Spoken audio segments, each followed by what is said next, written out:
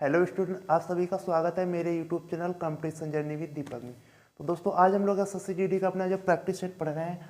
आज हम लोग जैसे कि हम लोगों ने 17 प्रैक्टिस सेट कंप्लीट कर लिए हैं और आज हम लोग जो प्रैक्टिस सेट पढ़ेंगे जाके वो हमारा प्रैक्टिस सेट नंबर 18 है जाके। ठीक, तो देखो पहला क्वेश्चन हमारा कह रहा है कि, और ये जो मैं क्वेश्चन करा रहा हूँ ये सारे क्वेश्चन एसएससी जीडी 2024 में आए हुए क्वेश्चन हैं। ठीक, पहला क्वेश्चन देखो आज का क्या बोल रहा है। आज का हमारा पहला क्वेश्चन कह रहा है कि दो रेलगाड़ियां एक ही समय पर स्टेशन सी और डी से चलना शुरू करती हैं। दोनों रेलगाड़ियां क्रमशः 32 किलोमीटर प्रति घंटा और 96 किलोमीटर प्रति घंटा की चाल से एक दूसरे की ओर चल रही हैं। जब वे एक दूसरे से मिलती हैं तो दूसरी रेलगाड़ी पहली रेलगाड़ी से 160 किलोमीटर अधिक यात्रा कर चुकी होती है। सी और डी के बीच की दूरी देखो, क्वेश्चन में वो ये कह रहा है कि दो रेलगाड़ियां हैं। ठीक, मान लो कि एक रेलगाड़ी बिंदु सी से और दूसरी रेलगाड़ी बिंदु डी से चलना शुरू करती है। ठीक, जो उस बिंदु सी से रेलगाड़ी चलती है उसकी चाल जो है वो 32 किलोमीटर प्रति घंटा है। ठीक, और जो हमारी रेलगाड़ी बिंदु डी से दूसरी रेलगाड़ी चलना शुरू करती है उसकी चाल जो है 96 किलोमीटर प्रति घंटा है। ठीक, और मान लो कि ये इधर से चलती है, ये इधर से चलती है। ठीक, तो ये दोनों मान लो कि रेलगाड़ियां एक दूसरे को बिंदु पी पर मिल रही हैं, एक दूसरे से बिंदु पी पर मिल रही हैं। ठीक, तो देखो इनके द्वारा जो चली गई दूरी होगी जाके, ठीक, अगर हम लोग ये देखें कि बिंदु सी से जो पहली रेलगाड़ी चलती है और जो बिंदु डी से दूसरी रेलगाड़ी चलती है, ये मान लो बिंदु पी पर मिलती हैं, लेकिन ये इनके द्वारा जो चला गया समय तो होगा वो दोनों का सेम होगा ना। कहने का मतलब जितने समय पहली रेलगाड़ी इधर से यहाँ पे आने में लेगी उतना ही टाइम दूसरी रेलगाड़ी बिंदु डी से पी तक आने में टाइम लेगी। ठीक, तो एक चीज़ याद रखना जाके, हम लोग यहाँ से ये देख रहे हैं कि दोनों रेलगाड़ियाँ समान समय चलेंगी। ठीक है ना, तो जब समय निश्चित होता है तो जो दूरियों का अनुपात होता है वो क्या होता है, चालों का अनुपात होता है। बस इसमें यही पॉइंट याद रखना है कि जो पहली रेलगाड़ी है जो बिंदु सी से चलती है और दूसरी रेलगाड़ी जो बिंदु डी से चलती है, ठीक, ये दोनों रेलगाड़ियां समान समय तक चलती हैं। ठीक, और जब ये समान समय तक चलती हैं, क्योंकि हमने फार्मूला पढ़ा है चाल बराबर दूरी बटे समय, और जब हमारा टी क्या कांस्टेंट है तो जो हमारा दूरियों का अनुपात होगा वो किसके अनुपात के बराबर होगा, चालों के अनुपात के बराबर होगा। ठीक, तो अगर हम लोग यहाँ से D1 और D2 दूरी निकाल लें तो क्या होगा, इसकी चालों का अनुपात हम लोग निकाल लेंगे, 32 एक कम 32, 32 या 66, तो एक दूरियों का अनुपात क्या हो जाएगा, चालों के अनुपात के बराबर आ जाएगा ना। 1:3 ये हमारा क्या हो जाएगा, दूरियों का अनुपात हो जाएगा। ठीक, या आप ऐसा समझ लो कि इनके द्वारा जो चली गई चालों का अनुपात होगा S1:1:1 1:3 होगा। तो जब समय दोनों रेलगाड़ियां समान ले रही हैं तो जो दूरियों का अनुपात हो जाएगा, ठीक, वो क्या होगा जाके चालों के अनुपात के बराबर ही तो होगा जाके। ठीक, लेकिन क्वेश्चन में वो ये कह रहा है कि जो दूसरी रेलगाड़ी है वो पहली रेलगाड़ी से कितने किलोमीटर ज़्यादा चलती है, 160 किलोमीटर अधिक यात्रा कर चुकी होती है। जब ये दोनों मिलती हैं, ठीक, तो जो दूसरी रेलगाड़ी है वो पहली रेलगाड़ी से कितनी अधिक यात्रा तय कर लेती है, 160 किलोमीटर अधिक यात्रा तय करती है। ठीक, क्योंकि इसकी चाल ज़्यादा है इसकी चाल कम है और दोनों जब समान समय तक चलेंगी तो इसके द्वारा तय की गई दूरी नहीं होगी, ज़्यादा होगी ना इसके द्वारा तय की गई जो दूरी होगी। तो ठीक, लेकिन वो क्वेश्चन में क्या कह रहा है कि जो ये दूसरी ये D2 है ना दूरी, तो ये दूसरी रेलगाड़ी द्वारा तय की गई दूरी 3 है और पहली रेलगाड़ी द्वारा तय की गई दूरी 1 है। तो दूसरी रेलगाड़ी कितनी दूरी अधिक तय करती है, 2, जबकि वो क्वेश्चन में क्या कह रहा है कि वो 160 किलोमीटर दूरी अधिक तय करती है। तो 2 का वैल्यू इसने 2 की वैल्यू कितनी दी, 160 किलोमीटर। तो वो पूछ रहा है कि सी और डी के बीच की कुल दूरी कितनी हो जाएगी। ठीक, तो इसने 1 तय की, इसने 3, तो कुल दूरी कितनी होगी, 4 का मान पूछ रहा है, तो इसका 2 गुना कर दो 4 हो जाएगा, तो इधर भी 2 गुना कर दो 320 किलोमीटर आ जाएगा। तो उन दोनों बिंदुओं सी और डी के बीच की दूरी कितनी हो जाएगी, 320 किलोमीटर हो जाएगी। ठीक, देखो क्वेश्चन में कुछ नहीं करना था, बस ये थोड़ा सा टाइम समझाने में लगा है। बस ये याद रखना कि ये दोनों दूरियां समान समय लेंगी चलने में, ठीक। तो इनकी जो चालों का अनुपात हम लोग निकाल लेंगे, बस यही तो करना था। चालों का अनुपात कितना हो जाएगा 32 रेशियो, हम लोग जब 96 करेंगे तो 96 1:3 हो गया चालों का अनुपात। अब दूरियों का अनुपात निकाल लेंगे d1 रेशियो d2, वो तो समान, जब समय समान है तो दूरियों का अनुपात जो होगा वो चालों के अनुपात के बराबर होगा, बस इतना करना था। क्वेश्चन में कह रहा है कि दूसरी रेलगाड़ी 2 अधिक समय लेती है। पहली रेलगाड़ी 3 दूरी तय करती है, सॉरी पहली रेलगाड़ी जो है 1 दूरी तय करती है और दूसरी रेलगाड़ी 2 दूरी तय करती है। तो कितना ये अधिक दूरी तय कर रही है, दूसरी 2, जबकि क्वेश्चन में कह रहा है कि वो 160 किलोमीटर अधिक तय कर रही है, ठीक। वो आपसे पूछ रहा है कुल दूरी क्या होगी बिंदु सी और डी के बीच की, तो 4 होगी। 4 की वैल्यू बता दो, तो इसका दोगुना कर देंगे तो इधर 4 हो जाएगा, तो इधर भी इसका दोगुना कर देंगे तो 320 किलोमीटर क्या आ जाएगी, सी और डी के बीच की कुल दूरी आ जाएगी, ठीक है।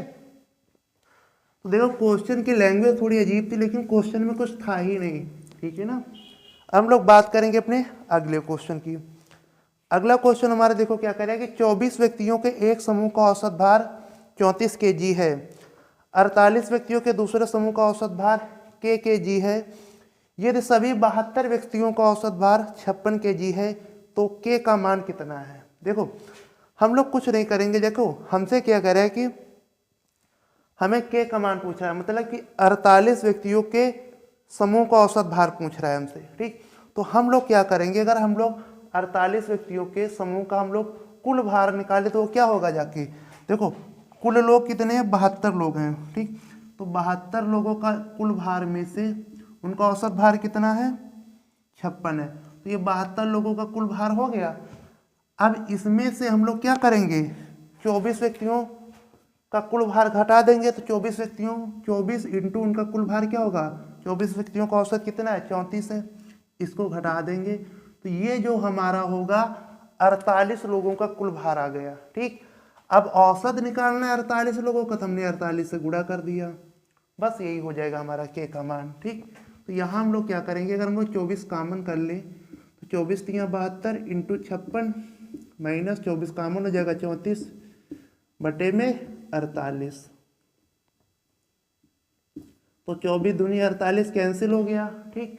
अब यहाँ देखो 56 दिया कितना होता है 168 होता है, 168 में से 34 कैंसिल हो जाएगा, ठीक। तो कितना बचेगा यहाँ पे 134 बचेगा बटे 2, 2 से काटेंगे तो कितना आ जाएगा जाके 2 छंग 12 2 सत्ते 14, ठीक। तो यहाँ से हम लोग को 2 छंग 12 2 सत्ते 14 आ जाएगा, ठीक। तो 67 kg क्या आ जाएगा जाके, ये हमारा 67 kg k का मान आ गया, ठीक, जो कि हमारा 48 लोगों का औसत भार है, ठीक। तो इस क्वेश्चन का जो राइट आंसर होगा क्या होगा, ऑप्शन नंबर ए हो जाएगा, ठीक है। अब हम लोग बात करते हैं अपने अगले क्वेश्चन की। तो अगला क्वेश्चन देखो हमारा क्या कह रहा है कि x और y मिलकर एक काम को 10 दिनों में पूरा कर सकते हैं, y और z मिलकर उसी काम को 12.5 दिनों में पूरा कर सकते हैं, z और x मिलकर उसी काम को 50 दिनों में पूरा कर सकते हैं। तीनों एक साथ काम करते हुए उसी काम को कितने दिनों में पूरा कर सकते हैं, ठीक। तो देखो जो x और y है, x और y ये मिलकर एक काम को 10 दिनों में करते हैं, ठीक। और y और z मिलकर इसी काम को 12.5 दिनों में कर रहे हैं, ठीक। और z और x मिलकर इसी काम को कितने दिनों में कर रहे हैं 50 दिनों में कर रहे हैं, ठीक। तो हम लोग इनका एलसीएम ले लेंगे, ये हमारा क्या हो जाएगा टोटल वर्क हो जाएगा 50 एलसीएम आ जाएगा। एक्स वाई की क्षमता निकाल लेंगे, भाग कर देंगे इनकी 10 से तो 5 आ जाएगी, इसकी 4 क्षमता आ जाएगी, इसकी 1 आ जाएगी, ठीक। अब वो बोल रहा है कि अगर एक्स वाई और जेड तीनों मिलकर एक साथ काम को करें x plus y plus z, ठीक। तो देखो हम लोग क्या करेंगे जाके यहाँ पे दोनों लोग देखो 2 बार कॉमन है, ठीक। तो हम लोग कार्य को क्या कर देते हैं ऐसी कंडीशन में 2 गुना कर देते हैं और उनकी संयुक्त क्षमता से भाग कर देते हैं। तो 5 5 10, 5 दूनी 10 5 50, तो 5 दूनी 10, तो तीनों मिलकर उस काम को कितने दिनों में कर देंगे 10 दिनों में कर देंगे, ठीक है। तो इस क्वेश्चन का राइट आंसर क्या हो जाएगा, ऑप्शन नंबर बी हो जाएगा। ठीक, 10 दिन। हम लोग कार्य को डबल क्यों करते हैं, क्योंकि जब वहां पे सारे लोग 2-2 रहते हैं, ठीक है ना, तो हम लोग कार्य को डबल कर देते हैं। तो हम लोग बात करते हैं अपने अगले क्वेश्चन की। अगला क्वेश्चन हमारा कह रहा है कि 9,000 रुपये 2 वर्षों के लिए 20% वार्षिक की दर पर ऋण पर दिए जाते हैं। निम्नलिखित में से कौन से कथन सही हैं। ठीक, देखो पहला कथन क्या कर रहा है, इस धनराशि पर प्राप्त होने वाला साधारण ब्याज 3500 रुपये होगा। तो हम लोग इसका साधारण ब्याज निकाल लेंगे। ठीक, अगर 3500 आएगा तो पहला कथन सही है। दूसरा कथन ये कह रहा है कि इस धनराशि से प्राप्त होने वाला चक्रवृद्धि ब्याज 3960 रुपये होगा। तो हम लोग चक्रवृद्धि ब्याज निकाल लेंगे। अगर दोनों सही होंगे तो दोनों, या फिर जो आंसर सही मिलेगा वो होगा। देखो राशि कितनी दी है, 3900 रुपये। ठीक, 20% की वार्षिक दर पर। तो अगर हम लोग साधारण ब्याज निकालें, सिंपल इंटरेस्ट निकाले जाके, तो 2 साल का 20% की साधारण ब्याज से कितना हो जाएगा, दर से कितना हो जाएगा, 40% हो जाएगा। ठीक, लेकिन राशि कितनी दी है, 9,000 रुपये। ये जो हमको 9,000 रुपये दिए, हमारा 100 का मान दिया है। ठीक, और हमें निकालना किसका है, 2 साल का साधारण ब्याज कितना हो जाए, 20% की दर से 40% हमको मान निकालना है। तो 2 जीरो हमारे कैंसिल, 2 चौक 36। तो 2 साल का साधारण ब्याज कितना आ रहा है, 3600 रुपये आ रहा। ठीक, जबकि पहले कथन में क्या करें, साधारण ब्याज 3500 रुपये होगा। तो जो हमारा पहला कथन होगा जाके वो क्या हो जाएगा, गलत हो जाएगा। ठीक, अब दूसरे कथन में हम लोग चक्रवृद्धि ब्याज निकाल लेंगे। तो ये जो दूसरे कथन में देखो, ये जो हमारा 9,000 रुपये है, ये हमारा क्या है, 100% का मान है। तो जब हम लोग 20% की दर से 2 साल का चक्रवृद्धि ब्याज निकालते हैं, तो हम लोग किस फार्मूले से निकालते हैं, a plus B plus A B upon 100 के फार्मूले से। तो हम 20 भी जोड़ देंगे, 40 हो जाएगा, और प्लस 20 इंटू 20 करेंगे, 2 जीरो कट जाएंगे, 44% आ जाएगा ना 2 साल का चक्रवृद्धि ब्याज। ठीक, तो हमको ये 9,000 100% का मान दिया, 2 साल का चक्रवृद्धि ब्याज कितना हो जाएगा, 44% का मान निकालना। परसेंट से परसेंट हमारा कैंसिल हो जाता है, तो 2 जीरो कट गए। ठीक, अब एक जीरो, 9 का 9 चौक 36, हाँ से 3 9 चौक 36 3 39। तो 2 साल का चक्रवृद्धि ब्याज कितना आ गया, 3960 रुपये। तो दूसरा कथन यही तो कह रहा था ना कि उसको चक्रवृद्धि ब्याज कितना होगा, जाके 3960 रुपये होगा। तो दूसरा कथन हमारा क्या है, सही है। तो ऑप्शन हम लोग देखेंगे, तो ऑप्शन जो हमारा बी होगा, केवल सेकेंड। ठीक है, तो राइट आंसर हो जाएगा ऑप्शन नंबर बी। ठीक है ना, तो ये वाला क्वेश्चन समझ में आया ना। ठीक, अब हम लोग बात करेंगे अपने अगले क्वेश्चन की। तो अगला क्वेश्चन देखो हमारा क्या कह रहा है। अगला क्वेश्चन जो हमारा है, ये देखो जो सारे क्वेश्चन है, ये हमारे सारे क्वेश्चन एसएससी जीडी 2024 में पूछे गए क्वेश्चन है। ठीक, मैंने अच्छे अच्छे क्वेश्चन उठाए जाके। ठीक, कह रहा है कि रमन की आय और व्यय का अनुपात क्रमशः 9:7 है। यदि उसकी आय में 20% की वृद्धि होती है और व्यय में 70% की कमी होती है, तो उसकी आय और व्यय का अनुपात, देखो कुछ नहीं करना क्वेश्चन में। देखो आय और व्यय का अनुपात कितना है, 9:7 है। ठीक, आय और व्यय का अनुपात कितना है, 9:7 है। ठीक, वो कह रहा है कि इसकी आय में 20% की वृद्धि की जाएगी, तो आय कितनी हो जाएगी, 9 का 120% नहीं हो जाएगा। ठीक, 20% की वृद्धि करेंगे तो 120%। आय उसकी 7 है और आय में कह रहा है 70% की कमी करेंगे, तो आय कितनी बचेगी, उसकी 30% बचेगी। देखो आय और व्यय का अनुपात उसका दिया है 9:7। बोल रहा है कि आय में, ठीक, 20% की वृद्धि करेंगे तो वो 100% तो आय उसकी पहले ही होगी, तो 120% हो जाएगी जाके अब।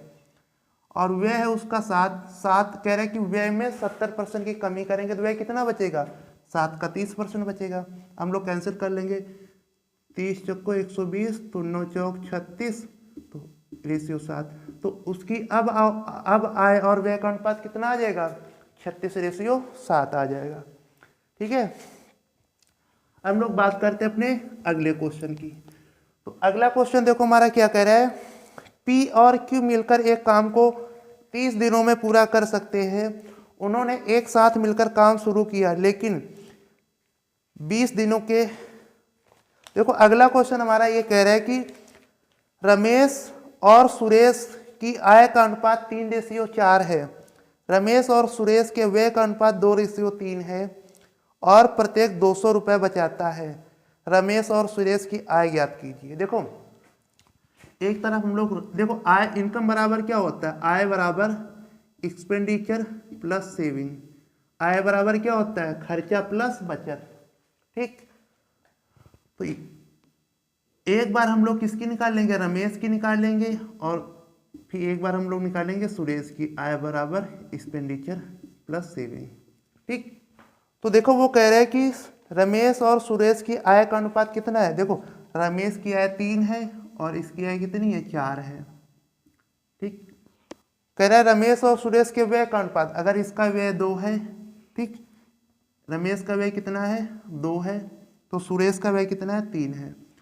तो देखो अगर रमेश की आय 3 है, उसका खर्चा 2 है, तो उसकी बचत कितनी होगी, 3 में से 2 घट गया 1।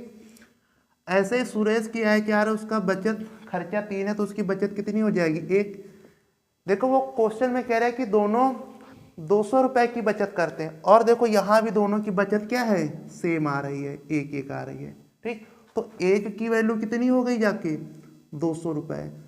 क्वेश्चन में बोल रहा है कि दोनों समान 200 रुपए की बचत करते हैं और यहाँ भी दोनों की बचत वैसे बराबर आ रही है, तो हमने 1 की वैल्यू 200 रुपए हो गई। तो अब पूछ रहा है रमेश और सुरेश की क्या पूछ रहा है, आय पूछ रहा है। तो रमेश की आय 3 है, तो 1 का मान 200, तो रमेश की आय 3 का मान इसका कितना हो जाएगा, 300 हो जाएगा, सॉरी 600 हो जाएगा, 2 गुना। ठीक, मतलब 200 गुना। ऐसे ही 1 का मान 200, तो 4 का मान कितना हो जाएगा, 800। तो रमेश और सुरेश की जो आय होगी वो कितनी हो जाएगी, 600 का 800। तो ऑप्शन नंबर ए क्या हो जाएगा हमारा, राइट आंसर हो जाएगा। ठीक है, तो अब हम लोग बात करेंगे अपने अगले क्वेश्चन की। तो अगला क्वेश्चन हमारा क्या कह रहा है कि साधारण ब्याज की एक योजना में निवेश करने पर 20,000 रुपये की एक धनराशि 59,200 रुपये हो जाती है। यदि वार्षिक ब्याज दर और उन वर्षों की संख्या जिनके लिए धनराशि का निवेश किया गया दोनों समान हैं, तो वार्षिक ब्याज दर कितनी है। तो देखो 20 रुपए की धनराशि है, ठीक, और वो धनराशि हो कितनी जाती है, जब जो मूल धन है हमारा 20,000 रुपये है, लेकिन वो धनराशि कितनी हो जा रही, 59,200 रुपये। तो यहाँ पे साधारण ब्याज कितना हो गया जाके, 39,200 रुपये हो जाएगा। तो एक फार्मूला होता है SI बराबर PRT अपॉन 100। तो देखो मूल, अगर हम लोग साधारण ब्याज देखें, देखो धनराशि हमारी कितनी है, 20,000 रुपये है।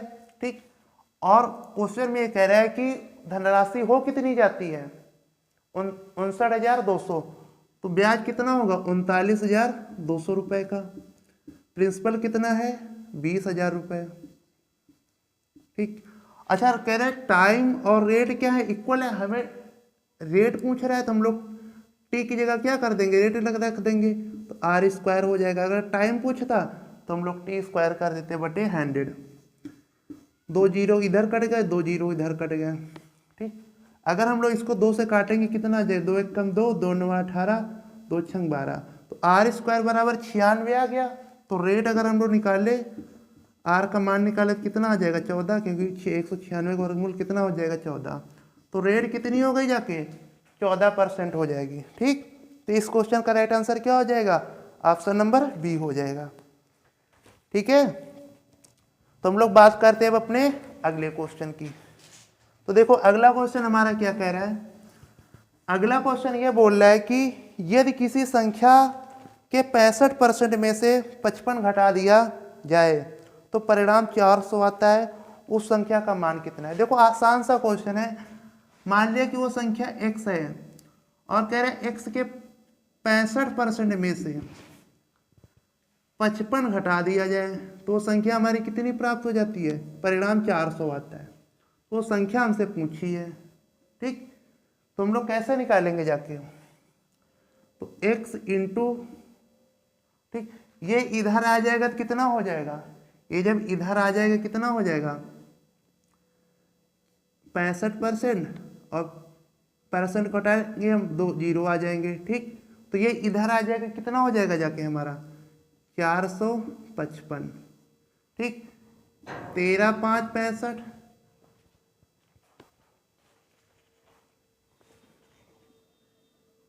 रुको अभी है, 13 5 65, 13 तिया 39, 13 5 65। ठीक, 5 से काटेंगे तो कितना आ जाएगा 7, और x बराबर 100 को गुणा कर दें कितना आ जाएगा 700 आ जाएगा। तो हमारी संख्या क्या आ जाएगी 700 रुपये आ जाएगी। तो इस क्वेश्चन का राइट आंसर क्या हो जाएगा, ऑप्शन नंबर ए हो जाएगा। ठीक, अब हम लोग बात करेंगे अपने अगले क्वेश्चन की। तो देखो अगला क्वेश्चन हमारा क्या कह रहा है कि यदि m माइनस एन बराबर 11, m माइनस एन बराबर 11, ठीक, और m square plus n square, देखो उसने दे दिया m square plus n square का मान दिया 141, तो m और n का मान आपसे पूछ रहा है। ठीक, तो हम कुछ नहीं करेंगे, यहाँ पे इसका स्क्वायर कर देंगे, तो m square plus n square minus का 2mn बराबर 121। M square plus n square का मान कितना है 141 है, और इधर आ जाए 121 घट जाएगा, 2m इधर हो जाएगा, तो ये कितना बचेगा 120 बचेगा, और 120 को mn बराबर ये 2 से हम लोग काटेंगे तो कितना आ जाएगा 60, तो mn का मान कितना आ जाएगा 60 हो जाएगा। तो इस क्वेश्चन का जो राइट आंसर हो जाएगा कौन सा हो जाएगा, एक मिनट, यहाँ पे केवल 20 बचेगा। ठीक, यहाँ पे क्या बचेगा जाके, यहाँ पे बचेगा 20 बचेगा, और इधर 2mn, 2 से काटेंगे 10, mn बराबर कितना आ जाएगा 10 आ जाएगा। ठीक, तो इसी प्रकार हम लोग अपना अगला क्वेश्चन करते हैं। तो अगला क्वेश्चन हमारा क्या कह रहा है, कह रहा है कि एक दुकानदार किसी वस्तु के अंकित मूल्य पर 25% की छूट देता है और उसे 10% की हानि होती है। यदि वस्तु को अंकित मूल्य पर बेचा जाता है तो लाभ प्रतिशत ज्ञात कीजिए। देखो एक हम लोग क्रय मूल्य और अंकित मूल्य का रेशियो देखिए, मतलब कि सीपी और रिलेशन में एक रेशियो होता है, संबंध होता है, रिलेशन सीपी बटे एमपी बराबर होता है 100 माइनस डिस्काउंट परसेंट बटे 100 प्लस माइनस प्रॉफिट परसेंट और लॉस परसेंट, ये होता है एक रिलेशन। ठीक, तो वो क्वेश्चन में ये कह रहा है कि डिस्काउंट सीपी बटे एमपी का अगर हम लोग वैल्यू निकालें यहाँ से, उसका डिस्काउंट कितने का दिया जा रहा है 25% की छूट दी जा रही, तो यहाँ 75 बचेगा, और 10% की हानि हो रही तो 90 बचेगा। ठीक, तो हम लोग 15 25 75, 15 छक्का 90, तो यहाँ से देखो मार्केट प्राइस कितना आ गया 6 आ गया, कॉस्ट प्राइस 5 आ गया। तो वो कह रहा है कि अगर कोई डिस्काउंट ना दिया जाए तो उसको प्रॉफिट परसेंट कितना होगा, अगर वो मार्केट प्राइस 6 अगर 6 पर ही बेचा जाए, ठीक, तो कॉस्ट प्राइस 5 है और 6 का बेचा जा रहा, तो उसको 1 का प्रॉफिट होगा कितने पे 5 पे, तो 20% का उसको क्या होगा जाके प्रॉफिट होगा। ठीक, ऐसे हम लोग करेंगे जाके अपना अगला क्वेश्चन। तो अगला क्वेश्चन देखो हमारा कह रहा है कि एक व्यक्ति ने 1 रुपए में 14 कलम की दर से कुछ कलम खरीदी और उन्हें 1 रुपए में 12 कलम की दर से बेच दिया, लाभ प्रतिशत ज्ञात करो। देखो यहाँ पे कॉस्ट प्राइस, ठीक है, और सेलिंग प्राइस एक ही दिया है रुपए में, 1 रुपया। तो अगर हम कह रहे हैं कि 14 कलम 1 रुपए में 14 की दर से कुछ कलम खरीदी गई, तो मतलब कि 14 का जो सीपी है वो क्या होगा 12 के एसपी के बराबर नहीं होगा, क्योंकि दोनों कंडीशन में 1 ही रुपए तो है। तो यहाँ से हम लोग क्या निकाल लेंगे जाके सीपी और एसपी का रेशियो, तो सीपी इधर का मान होता है, एसपी इधर का मान होता है, तो 1 का प्रॉफिट हो रहा है उसको, 1 का प्रॉफिट कितने पे हो रहा है 6 पे हो रहा है, तो 1/6 का मान कितना होता है 16.66%, तो उसको प्रॉफिट कितना होगा 16.66% का प्रॉफिट होगा। ठीक, ऐसे हम लोग बात करते हैं अपने अगले क्वेश्चन की। तो अगला क्वेश्चन देखो हमारा क्या कह रहा है, अगला क्वेश्चन ये कह रहा है कि 21 सेंटीमीटर त्रिज्या वाले अर्धगोले का वक्र पृष्ठीय क्षेत्रफल कितना होगा। तो देखो गोले का जो अर्धगोले का गोले का जो वक्र पृष्ठीय क्षेत्रफल होता है वो 4 पाई r स्क्वायर होता है, लेकिन वो बोल रहा है कि अर्धगोले का, तो वो हो जाएगा 2 पाई r स्क्वायर हो जाएगा। ठीक, तो 2 पाई का मान 22/7, r कितना 21 स्क्वायर, तो 21 × 21 कर देंगे, 7 त्रिक 21 हो जाएगा। ठीक, तो यहाँ गुणा करेंगे जाके कितना हो जाएगा, 6 6 6 12 और 132 आ जाएगा। ठीक, 2 3 दूनी 6 6 दूनी 12, हासिल 1 6 दूनी 12 1 13 × 21 का गुणा कर देंगे, तो 21 दूनी 42। ठीक, हम लोग ऑप्शन को देखें तो ऑप्शन नंबर हमारा जो डी है उसी का लास्ट डिजिट 2 है। ठीक, तो ऑप्शन नंबर डी ही हमारा क्या हो जाएगा, राइट आंसर होगा 2772 रुपये। ठीक, तो ऐसे हम लोग बात करेंगे अपने अगले क्वेश्चन की। अगला क्वेश्चन देखो हमारा ये कह रहा है कि एक व्यापारी 10,000 रुपये प्रति लैपटॉप की दर से 2 लैपटॉप बेचता है। एक पर वह 40% का लाभ अर्जित करता है और दूसरे पर 40% की हानि होती है, तो पूरे लेन देन में उसका हानि प्रतिशत कितना है। ठीक, तो देखो जब कभी ऐसा बात कहे कि मतलब 2 लैपटॉप मतलब कि एसपी सेम हो, एक पर 40% की हानि हो, एक पर 40% का लाभ हो। ठीक, तो देखो ऐसे क्वेश्चनों में हमेशा हानि होती है, तो इसका फार्मूला क्या हो जाता है, x²/100।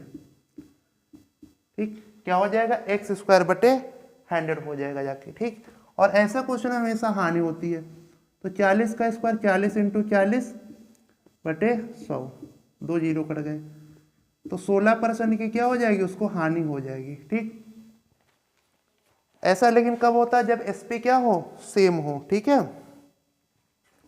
अब हम लोग बात करेंगे अपने अगले क्वेश्चन की। अगला क्वेश्चन हमारा ये कह रहा है कि 3160 रुपये में बेची जा रही 3950 रुपये अंकित वाली एक पुस्तक पर दिया जाने वाला छूट प्रतिशत कितना है। तो देखो 3950 रुपये क्या है, 3950 रुपये क्या है, उसका मार्केट प्राइस है, सेलिंग प्राइस है 3160, तो उसको डिस्काउंट कितने का हुआ, 790 रुपये का डिस्काउंट मिला जाके। ठीक, ये 790 रुपये का डिस्काउंट कितने पे मिला, 3950 पे, तो कितने % का डिस्काउंट हुआ, जाके परसेंट में निकाल लो, जीरो कट गया। देखो 79/25 कितना होता है, 395, ये 20 बार कट जाएगा, तो कितना % डिस्काउंट मिला जाके, 20% का डिस्काउंट हो जाएगा। ठीक है, अब हम लोग बात करेंगे अपने अगले क्वेश्चन की। अगला क्वेश्चन कह रहा है कि वह सबसे छोटा पूर्ण वर्ग कौन सा है। ठीक, जो 4 और 3 दोनों से विभाज्य है। तो अगर हम लोग ऑप्शन को देखें तो जो हमारा पहला ऑप्शन 16 है वो 3 से नहीं कटेगा, 49 हमारा 4 से नहीं कटेगा, तो सी ऑप्शन 25 हमारा 3 से नहीं कटेगा, तो ऑप्शन नंबर डी ही क्या हो जाएगा, ऑप्शन नंबर डी 36 हमारा राइट आंसर हो जाएगा, क्योंकि ये ऐसा पूर्ण वर्ग है जो 3 से भी कटेगा और 4 से भी कटेगा।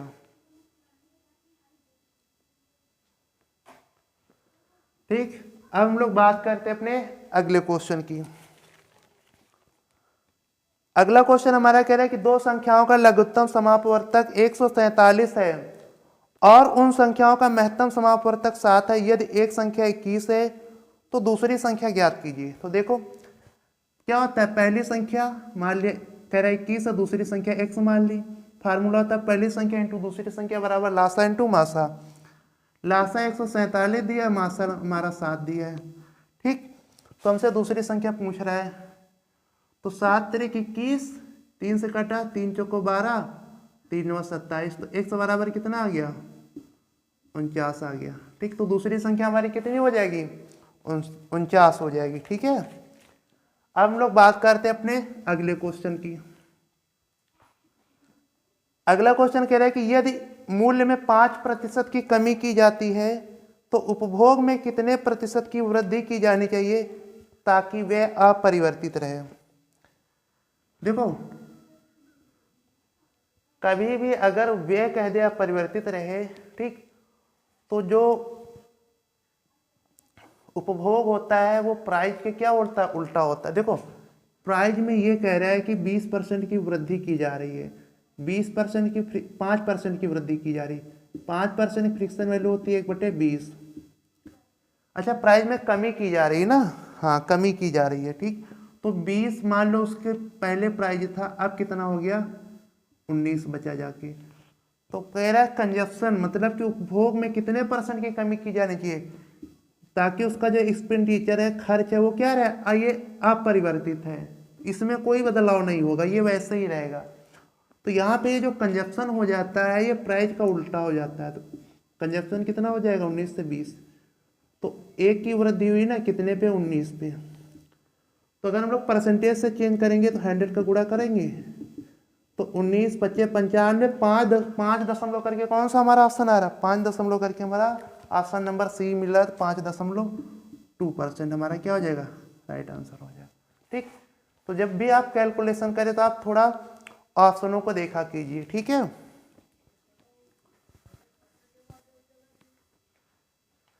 अब हम लोग बात करेंगे अपने अगले क्वेश्चन की। अगला क्वेश्चन हमारा कह रहा है, अगला क्वेश्चन ये बोल रहा है कि वह न्यूनतम संख्या कौन सी है जो 125, 75, 150 और 70 से पूरी तरह विभाज्य हो। तो देखो अगर हम लोग यहाँ पे कोई 2 अंक ले ले, जैसे या तो 125 या तो 75 या तो 150, इनमें हम लोग देखेंगे कि 25 कॉमन है, मतलब कि वो संख्या 25 से तो विभाज्य होनी चाहिए। तो अगर हम लोग ऑप्शनों को देखें तो ऑप्शन नंबर जो हमारा पहला है वो है 5250, और 25 का डिविजिबिलिटी रूल क्या होता है, अगर जिसके लास्ट में 2 जीरो हों, ठीक, या फिर 25 का मल्टीपल हो तो वो संख्या हमारी क्या होती है, 25 से डिवाइड होती है। अगर हम लोग ऑप्शन ए को देखें तो ऑप्शन नंबर ए ही हमारा एक ऐसा जिसका अंतिम डिजिट अंतिम 2 अंक 50 है, जो कि 25 से भी डिवाइड होंगे, ठीक। बाकी ऑप्शन नंबर बी के अंतिम 2 डिजिट 80 है और फिर 94, 83 जो कि 25 से नहीं कटेंगे, ठीक। तो ऑप्शन ए ही हमारा क्या है, जो कि हमारा पूरी तरीके से विभाज्य होगा। तो ऑप्शन नंबर ए हमारा क्या हो जाएगा, राइट आंसर हो जाएगा, ठीक। अब हम लोग बात करते हैं अपने अगले क्वेश्चन की। अगला क्वेश्चन कह रहा है कि रमेश विक्रम से 4 वर्ष के लिए 7.5% वार्षिक साधारण ब्याज की दर पर एक निश्चित धनराशि उधार लेता है। यदि रमेश को 18,600 रुपए का कुल ब्याज चुकाना है तो मूलधन राशि कितना है, मतलब कि जो मूल राशि है वो कितनी है, ठीक। तो देखो जब वो टाइम कितना दिया है, देखो रेट जो इंटरेस्ट है वो साधारण ब्याज पे है, ठीक। टाइम दिया है 4 साल का, रेट दिया 7.5%, तो 7.5% से 4 साल का ब्याज कितना हो जाएगा, 7.5% की रेट से, ठीक, 4 साल का ब्याज कितना हो जाएगा, 30% हो जाएगा साधारण ब्याज, ठीक। जबकि वो क्वेश्चन में कह रहा है कितना देता है, 18,600 रुपए देता है। मूलधन आपसे पूछ रहा है, मतलब कि 100% का मान, ठीक। तो हम लोग क्या करेंगे, 0 0 कट गया, 3 18, 3 दूनी 6 और 1 जीरो ये 2 जीरो ये, ठीक। तो कितना आ जाएगा जाके 62,000 रुपये आ जाएगा मूलधन, ठीक। तो इस क्वेश्चन का राइट आंसर क्या हो जाएगा, ऑप्शन नंबर सी हो जाएगा। अब हम लोग बात करेंगे अपने आखिरी क्वेश्चन की, ठीक। तो आखिरी क्वेश्चन हमारा क्या कह रहा है कि विकास 2 साइकिल पहली 15,000 रुपये में और दूसरी 14,000 रुपये में खरीदता है। वह दोनों साइकिलें पहली 10% के लाभ पर और दूसरी 20% की हानि पर बेच देता है। कुल लाभ या हानि कितनी है। तो देखो अगर हम ये देखें कि देखो पहली साइकिल 15,000 रुपये में खरीद रहा है और 20% के लाभ पर बेच रहा है, तो अगर हम लोग पहली साइकिल का विक्रय मूल्य निकाल लें तो एसपी निकालें, सेलिंग प्राइस कितना हो जाएगा, 15,000 का 120% निकाल लेंगे, ठीक। परसेंट हटा जाएंगे तो नीचे 2 जीरो आ जाएंगे, 2 जीरो ये कट गए तो कितना आ जाएगा, 2 जीरो तो रखे ही जाएंगे, 12 पंचे 60, ठीक, हासिल 6, 12 6 12 6 कितना हो जाएगा, 115,000 है ना। अच्छा, पहले साइकिल 10% के लाभ पर हमने 20% यहाँ पे कर दिया ना, तो 110 हो जाएगा। ठीक, तो यहाँ पे कितना आ जाएगा, 2 जीरो हो जाएंगे और 165, 15 का 11 बार गुणा करो 165। तो ये क्या आ गया कि ये पहली साइकिल का विक्रय मूल्य आ गया। ठीक, और कह रहा दूसरी साइकिल 20% की हानि पर बेची जाती, तो दूसरी साइकिल का हम लोग सेलिंग प्राइस निकाल लेंगे। 14,000 रुपए में दूसरी साइकिल खरीदी जा रही, तो 14,000 का हम लोग क्या निकाल लेंगे, 20% हानि, मतलब कि 80% हटाएंगे, नीचे 2 जीरो कट गए। 14 अट्ठे कितना होता है, 112 होता है, और 2 जीरो लग जाएंगे। ठीक, तो वो कह रहा है कि टोटल कुल हानि पूछ रहा है ना, तो देखो पहली साइकिल का कॉस्ट प्राइस 15,000, दूसरी साइकिल का कॉस्ट प्राइस कितना है, 29,000, सॉरी 14,000। टोटल कॉस्ट प्राइस कितना हो जाएगा दोनों का, 29,000 हो गया। अब दोनों का सेलिंग प्राइस कितना है, ठीक, 27,700 रुपये, 16,500 या 11,200, ये कितना होगा, 27,700 रुपये। ठीक, तो देखो नुकसान कितने का हो रहा है, जाके 29,000 में 27,700 घटाओगे तो 1,300 का उसको क्या हो रहा है, 1,300 रुपये का उसको नुकसान हो रहा है। ठीक, तो ऑप्शन नंबर हमारा क्या हो जाएगा, ऑप्शन नंबर डी हो जाएगा, 1,300 रुपये की हानि। ठीक, तो दोस्तों आज के लिए बस इतना ही, जाके हम लोग मिलेंगे अपने नेक्स्ट वीडियो में। तो अगर आपको वीडियो पसंद है तो वीडियो को लाइक कीजिए, और अगर आप चैनल पर नए नए तो चैनल को सब्सक्राइब कीजिए। ठीक, तो मिलेंगे अपनी कल की क्लास में।